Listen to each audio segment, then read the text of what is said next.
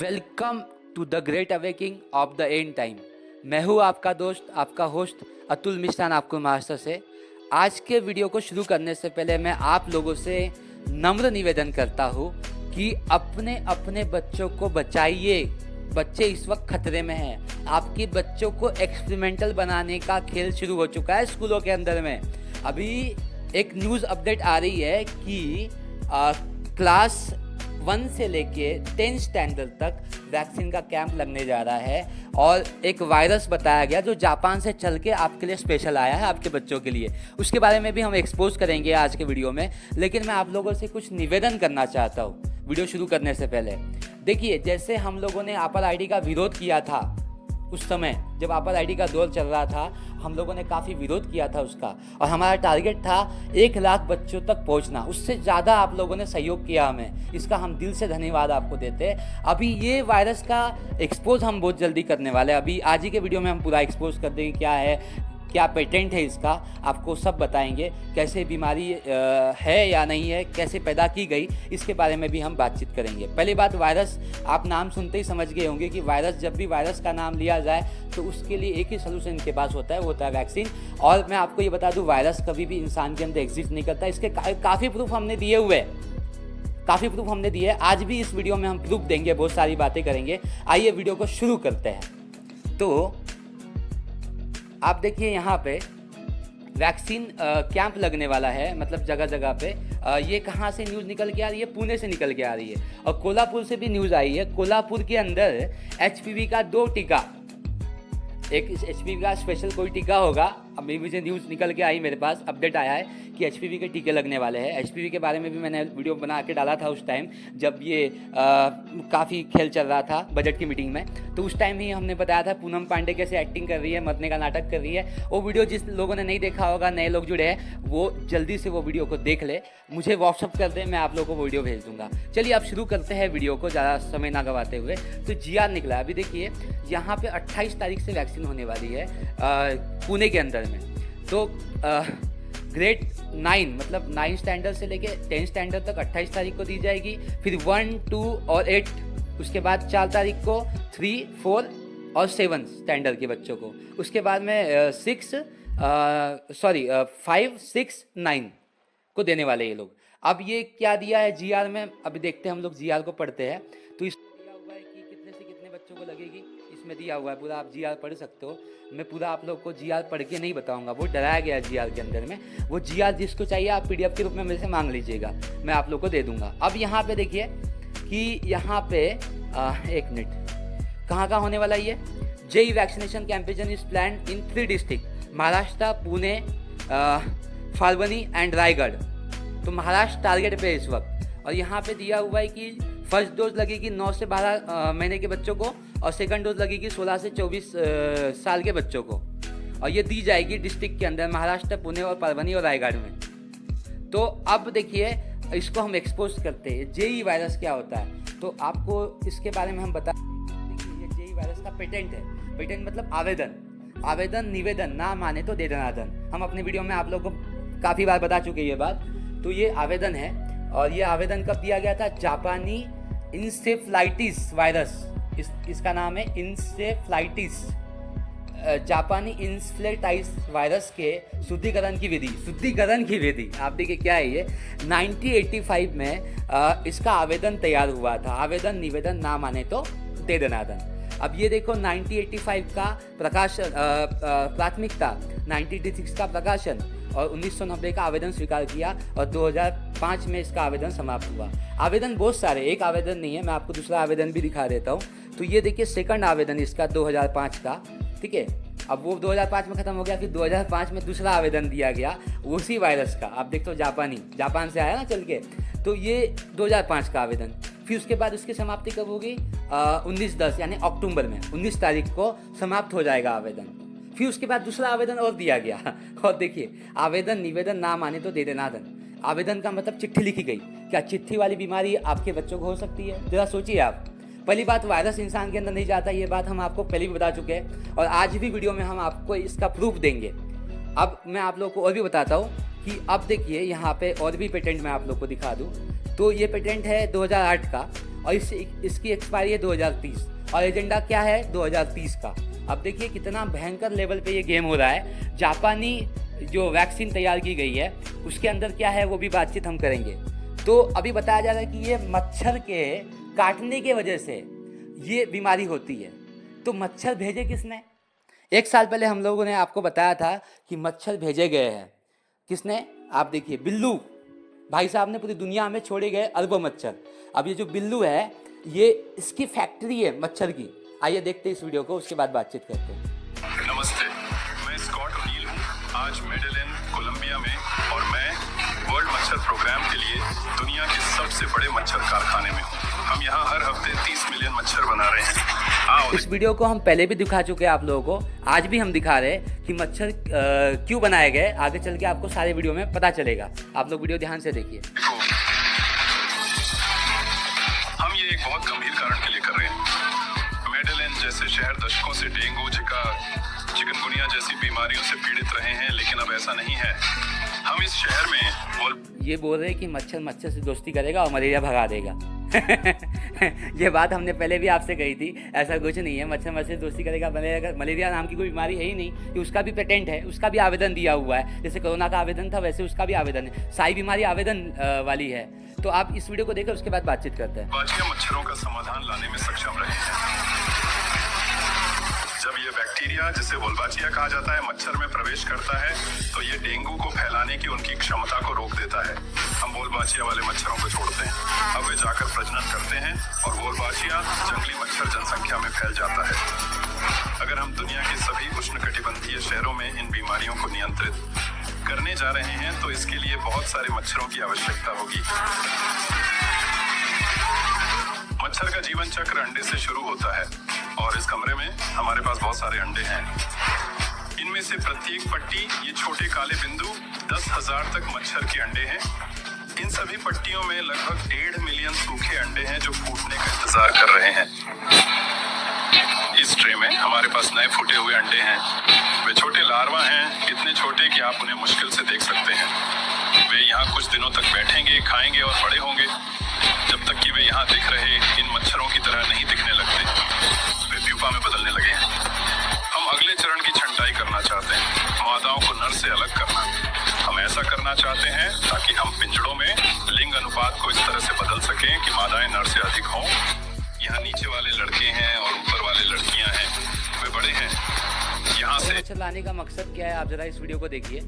आनुवंशिक मच्छर क्या करेगा, आपका वैक्सीन कर देगा और इन लोगों ने उसी तरीके से वैक्सीन किया है। आप इस वीडियो को देखिए। आनुवंशिक रूप से संशोधित मच्छरों को अमेरिका में विमोचन के लिए हरी झंडी मिल गई है। वे कहते हैं कि ये मच्छर लोगों को नहीं काटते, वे केवल मादाओं के साथ प्रजनन करते हैं और इन्हें इस तरह से संशोधित किया गया है कि संतानें मर जाती हैं।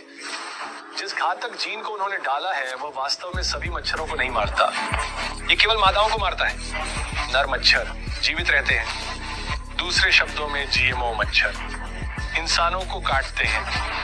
कुछ कार्यक्रमों का उद्देश्य मच्छरों का उपयोग अन्य चीजों के लिए करना है, जैसे कि लोगों का अनैच्छिक रूप से टीकाकरण करना। सितंबर 2022 में एनपीआर ने घोषित किया कि शोधकर्ताओं ने इन जीएमओ मच्छरों का उपयोग करके लोगों का सफलतापूर्वक टीकाकरण किया। कार्यक्रम के एक प्रमुख वैज्ञानिक ने प्रकाशन को बताया कि हम इन मच्छरों का उपयोग ऐसे करते हैं जैसे ये 1000 छोटे एक उड़ने वाले और सिरिंज हैं। तो देखिए यहाँ सबसे बड़ी चिंता क्या है। खैर, वेरो आंशिक रूप से वास्तविक कथाओं का उपयोग जीएमओ कीटों के विमोचन के लिए एक कार्यक्रम शुरू करने के लिए किया जा रहा है। इस कार्यक्रम का कोई स्थायी प्रभाव नहीं और इसके आगे ये कार्यक्रम अन्य कार्यक्रमों से जुड़े हुए हैं जो लोगों का अनैच्छिक रूप से टीकाकरण करने के लिए उपयोग किए जा सकते हैं। तो आप देखिए वैक्सीन पहले ही इन लोगों ने मच्छर के द्वारा किया, अब उसका साइड इफेक्ट हो रहा है तो उसके लिए एक और वैक्सीन ठुकवा दो। समझ रहे। और ये देखिए मच्छर छोड़े गए थे, हेलीकॉप्टर के थ्रू भी छोड़े गए थे, उसका भी वीडियो चलाता हूँ मैं। पहले आप देखिए मॉस्किटो का पुणे के अंदर जहाँ पे खेल चल रहा है ना, वहीं पे ये मॉस्किटो छोड़ा गया था। आप ज़रा देखिए, इसके वीडियो भी काफ़ी खूब वायरल हुए थे उस टाइम, यूट्यूब पे भी एनडीटीवी ने भी किए थे, आप देख सकते हो। अभी ये आप देख लो, अभी मैं आप लोग को एक और वीडियो दिखाता हूँ यूट्यूब पे जा करके। तो आप देखिए पुणे, खराड़ी, केशव नगर, मुंडवा में मच्छरों का आतंक।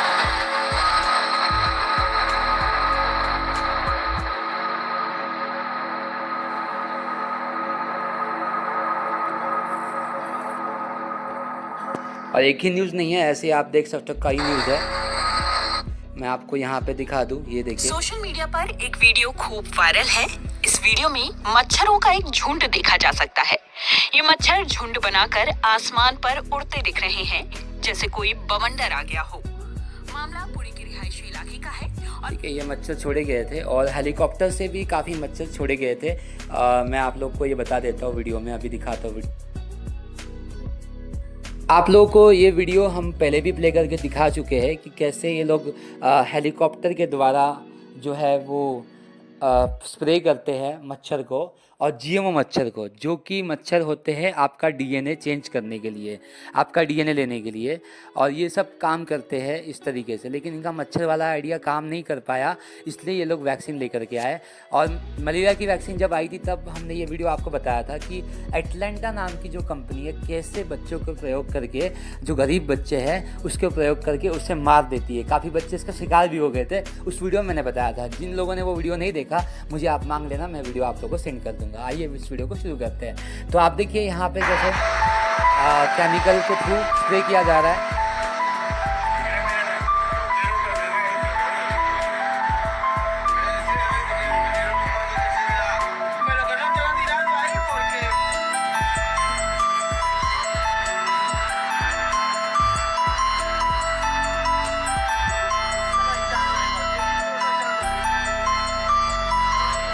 इस तरीके से मच्छर को स्प्रे करते हैं लोग। आप देख सकते हैं, यहाँ पे देखो आप कितनी तादाद में मच्छर है। और इसके पीछे का एजेंडा क्या है बिल गेट्स का? आप बिल गेट्स के मुंह से खुद सुनिए। आप एआई और दवा खोज में किस आप बताइए क्या एजेंडा चला रहे हैं ये लोग। और मैंने आप लोगों को बोला है कि अभी दवाई जो है क्या बनाएगी, आप लोगों ने वो वीडियो देखा ही होगा कि अब दवाई कौन बनाने वाली, एआई बनाएगी। ठीक है, तो एआई क्या बनाएगी, इंटरनेट बॉडी से आपको जोड़ देगी। अभी जितनी भी दवाई आएगी या जितनी भी वैक्सीन बन के आ रही है वो एआई खुद मैन्युफैक्चर कर रहा है। ये बिल पास हो चुका है अमेरिका की गवर्नमेंट में। हमने आप लोगों को वो पूरा पेटेंट दिया भी था, और वो जो गवर्नमेंट की जो वेबसाइट है उसका आप लोगों को दिखाया भी था हम लोगों ने कैसे ये बिल पास हो गया। और इसके तहत में एआई दवाई बनाएगी। और मेडिकल इंफ्रास्ट्रक्चर में लैरी एलिसन ने भी कहा था, जो इसका सीईओ है ना ओरेकल का, उसने भी ये बात कही थी कि एआई से अब जितनी भी दवाइयाँ हैं, मेडिकल इंफ्रास्ट्रक्चर उससे ही चलेगा। तो इस बात को हमने आपको बताया था। आगे चल के इस वीडियो को देखिए, इसमें बहुत सारी बातें हुई है। आप देखिए इस वीडियो को। आप एआई और दवा खोज में किस सबसे अधिक ध्यान केंद्रित कर रहे हैं? दुनिया की कई बीमारियां हैं, जैसे मलेरिया या तपेदिक को एक उदाहरण के रूप में लें, जहां जो लोग पीड़ित हैं वे बाजार में ध्यान आकर्षित करने के लिए पर्याप्त अमीर नहीं हैं, और इसीलिए आप जानते हैं आज भी हर साल 600,000 बच्चे मरते हैं। आप जानते हैं 5 मिलियन बच्चों में मरते क्यों है? तुम ही लोग तो मारते हो इन लोगों को वैक्सीन दे देकर। 5 साल से कम उम्र के हैं, उनमें से 600,000 मलेरिया के कारण मरते हैं। और फिर भी हाँ, मलेरिया के कारण क्यों मरते? मलेरिया की कोई बीमारी नहीं है, इस बात को हमने प्रूफ भी किया है कि पेटेंट है इसका, कोई बीमारी नहीं है। वैक्सीन से ही लोग मरते ज़्यादातर। आप जानते हैं मलेरिया अनुसंधान, आप जानते हैं बहुत छोटा है। हम इस मामले में सबसे बड़े हैं, और इसलिए अब हम उपयोग कर रहे हैं एआई। आप जानते हैं हम नए दवाओं, एक नए टीके और मच्छर, हमें सब मालूम है कि आप नए टीके बनवा रहे हो और लोगों को बर्बाद करने के लिए आप निकल पड़े हो। और सारे सरकार, सारी गवर्नमेंट, जितने भी लोग हैं जो पैसे के दीवाने, सारे आपके साथ जुड़े हुए, ये बात हमें मालूम है। लोगों को बड़े पैमाने पर मारने के लिए एक अनुवंशिक तरीके, हाँ, लोगों को मारने के लिए। हमें ये बात पता है कि आप लोगों को मारने के लिए पैदा हुए हो और लोगों को मारोगे। इसमें आपका बहुत फ़ायदा है, बहुत बड़ा फ़ायदा है, क्योंकि आत्मा जो चाहिए आप लोगों को लूसीफर के राज में लेके जाने के लिए, ये सारी चीज़ें चल रही है। और देखिए अभी मैं आपको बताता हूँ कि ये वैक्सीन है जिसे कहा था जापानीज़ वैक्सीन, ठीक है।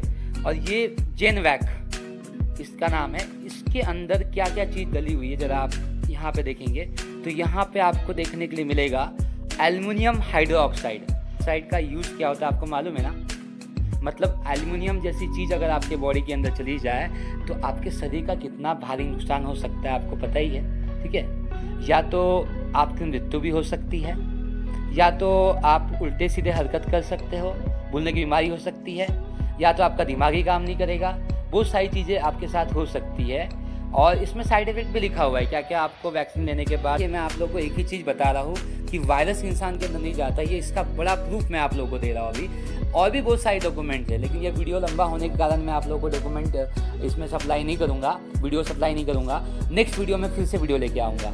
तो जो कोई वायरस से बिलीव करता है, तो देखिए अभी बड़े बड़े डॉक्टर्स जो है, बड़े बड़े जो PhD लेवल के डॉक्टर है, MD लेवल के डॉक्टर है, तो वो क्या कहते हैं कि वायरस एग्जिस्ट करता है या नहीं करता है। आप उनके मुँह से सुनिए। वैज्ञानिक साहित्य में ऐसा कोई भी प्रकाशित पत्र नहीं है जो इस चीज को किसी भी बीमार मानव या पशु के जैविक तरल में खोजने का दावा करता हो, कहीं भी।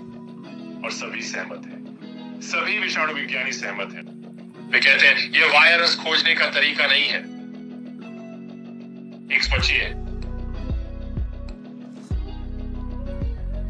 संस्थान NIH और CDC आदि, हमने उनसे पूछा क्या आप हमें ऐसा कोई पत्र दिखा सकते हैं जिसमें इस कण को किसी भी बीमार व्यक्ति के किसी भी तरल में पाया गया हो, और वे कहते हैं हमारे पास ऐसा कोई पत्र नहीं है।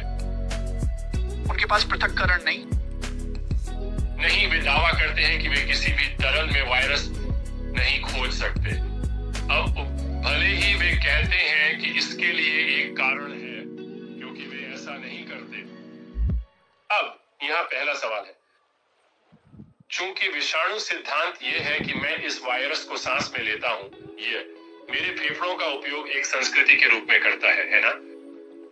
और फिर ये बढ़ता है और फिर ये वायरस से भरा होता है जो दुनिया में फैल जाता है। आप इसे अपने फेफड़ों में क्यों नहीं खोज सकते? एक संस्कृति है। ओह, आपका कहना है कि अगर आप तरल का सीधे इलेक्ट्रॉन माइक्रोस्कोपी करते हैं तो आप इसे नहीं देखेंगे? कभी नहीं। मैं समझता हूँ। कभी नहीं, एक बार भी नहीं। हमने पूछा, एक आदमी जो 20 साल का था, आप जानते हैं, वुहान विषाणु विज्ञान संस्थान के वरिष्ठ विषाणु विज्ञानी, 20 साल तक येल विषाणु विज्ञान प्रयोगशाला के प्रमुख, क्या आप SARS-CoV-2 को किसी भी व्यक्ति के किसी भी तरल में खोज सकते हैं जिसे आप कहते हैं कि उसे कोविड है? उन्होंने कहा नहीं। क्यों नहीं? क्योंकि वायरस खोजने के लिए पर्याप्त नहीं है। देखिए, इन्होंने साफ साफ कहा वायरस खोजने के लिए पर्याप्त नहीं है, क्योंकि वायरस का फुल फॉर्म क्या है? वाइटल इंफॉर्मेशन रिसोर्सेज इंडस्ट्रीज, यानी कोई जानकारी को प्राप्त कर लेना है, चोरी करना है। तो वो मोबाइल और कंप्यूटर के लिए बना है, वो इंसान के लिए बना ही नहीं, इंसान के लिए बैक्टीरिया बना है। इस बात को अगर आप मेडिकल फील्ड में भी सर्च करोगे कि वायरस का फुल फॉर्म क्या होता है मेडिकल टर्म में, तो आपको निकल के आएगा वाइटल इंफॉर्मेशन रिसोर्सेज इंडस्ट्रीज। इसका मतलब कोई जानकारी को इकट्ठा कर लेना या किसी जानकारी के तहत चोरी कर लेना। चोरी का काम होता है वायरस का। और वायरस होने के बाद लोग, आपको पता है, क्विक हिल जो यूज़ करते हैं, जितने भी हैकर्स लोग इस वीडियो को देख रहे हैं, जितने भी IT फील्ड के देख रहे हैं, आपको पता ही होगा कि वायरस जब आता है कंप्यूटर में तो उस पर क्वारंटाइन कर दिया जाता है। वैसे इंसान को क्वारंटाइन कर दिया जाता है, आप देख लो। तो इस वीडियो को आप देखो, उसके बाद आप बातचीत करते हैं। ठीक है, हमने उनसे पूछा अगर आप 10 लोगों को रखते हैं जिनके पास मान लीजिए कोविड है और आप उनके ब्रोंकियल तरल को मिलाते हैं, तो क्या वहां पर्याप्त है? नहीं। 100 लोग? नहीं। 1000 लोग? नहीं। देखने के लिए पर्याप्त नहीं। 10,000 लोगों को मिलाकर क्या तब आपके पास देखने के लिए पर्याप्त वायरस होगा? और उन्होंने कहा नहीं, और फिर उन्होंने और जवाब नहीं दिया, क्योंकि इन लोगों के पास जवाब ही नहीं है कि जो हम इलेक्ट्रॉन माइक्रोस्कोपी स्लाइड्स पर देखते हैं वे वास्तव में वायरस के कण हैं। छोटी छोटी बातें। इसमें कहा गया है कि आपको उन्हें कल्चर करना होगा। आपके फेफड़ों में देखने के लिए कोई वायरस नहीं है, या आपके नथुने में? इतना कि वे नहीं करेंगे कहीं भी। अब बताइए, ये लोग इसमें प्रूफ दे ही नहीं रहे हैं। वो हमें दिखा दो ना भाई, वायरस कहाँ दिखता है? तुम कह रहे हो अपने माइक्रोस्कोप के अंदर, तो भाई तुमने जो पेटेंट किया हुआ माइक्रोस्कोप, वो तुम्हारा पेटेंट किया हुआ है। तो हम अपने माइक्रोस्कोप से, हमारे माइक्रोस्कोप से इसको दिखा दो। नहीं दिखा पाएगा कोई। और मैं आपको एक 1.5 घंटे की डॉक्यूमेंट्री है, वो मैं आपको पूरा दिखाऊंगा। हो सके तो मेरे चैनल पे मैं अपलोड कर दूंगा, तो आप लोग उस वीडियो को देखिएगा पूरा, ठीक है? तो आज की वीडियो में इतना ही। अब आइए खुदा का कलाम क्या कहता है इस बारे में हम देखते हैं। के वचन से कुछ देख लेंगे। यशायाह 13:16, उनके बाल बच्चे उनके सामने पटक दिए जाएंगे, उनके घर लूटे जाएंगे, उनकी स्त्रियाँ भ्रष्ट की जाएगी। इसका मतलब क्या? उनके बाल बच्चे पटक दिए जाएंगे, मतलब अभी बाल बच्चे टारगेट पे है, उसके बाद स्त्रियाँ टारगेट पे है, क्योंकि स्त्रियाँ जो है उन लोगों को महिला योजना में फॉर्म भरवा दिया गया। तो वो क्या होगा? उनकी स्त्रियां भ्रष्ट की जाएगी। ये बात बाइबल बताती है। देखिए, उनकी स्त्रियां भ्रष्ट की जाएगी, उनके बाल बच्चे उनके सामने पटक दिए जाएंगे। यदि आप जागरूक नहीं रहे तो आपके सामने आपके बच्चे पटक दिए जाएंगे, वैक्सीन दे करके मार दिए जाएंगे। इसका खेल बहुत लंबा चलने वाला है। अभी देखो, ये 2028 तक 2030 तक खेल चलने वाला है। मैं आप लोगों को पैटर्न में बता चुका हूँ। उसके बाद हम यहेजकेल 9 अध्याय में आते हैं। ये खेल किसके साथ चलेगा? तो आइए हम यहेजकेल 9 अध्याय में देखेंगे। यहेजकेल 9 अध्याय उसका हम पढ़ेंगे। एक मिनट रुकना। 9 का 6, बूढ़े युवा कुंवारी बाल बच्चे स्त्रियाँ सबको मार के नाश करो, परंतु जिस किसी मनुष्य के माथे पर वो चिन्ह हो। कौन सा चिन्ह? परमेश्वर का चिन्ह।